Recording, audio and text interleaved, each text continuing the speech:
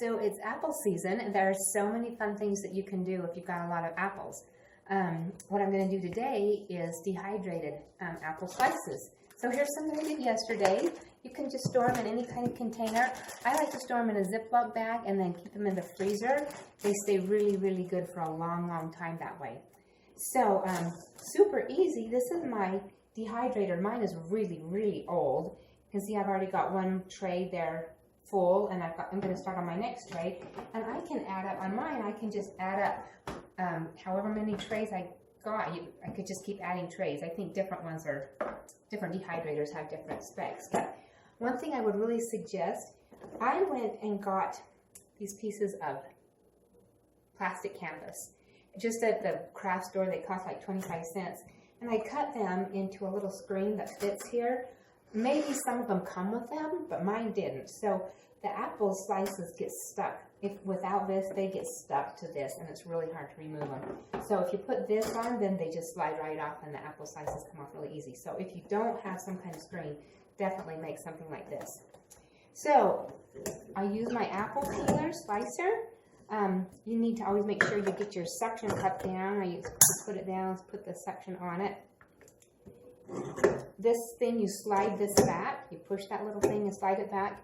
Then you get your apple, and you want to line it up really well. Put it on and just crank it through, and it peels it, and pours it, and it slices it. Oops, coming off on an accordion. Comes off really great. Well, that one kind of twisted. Then you just sliced it, and you've got perfect slices. Just put them on.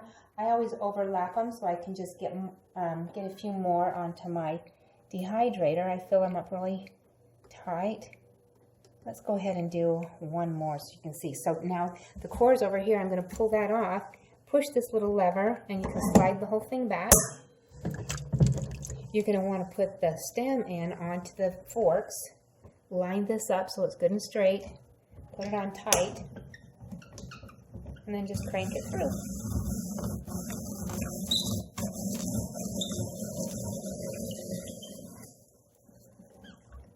Pull it off. Sometimes there's a little bit that didn't get peeled. I sometimes pull those off.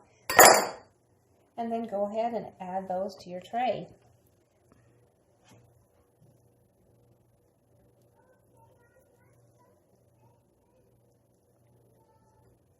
So that's really all there is to doing dried apples. They're super easy. So I would go ahead and do all my trays, and I'd put my lid on top and plug it in, and it will take until about tomorrow morning probably for this to be all the way dry.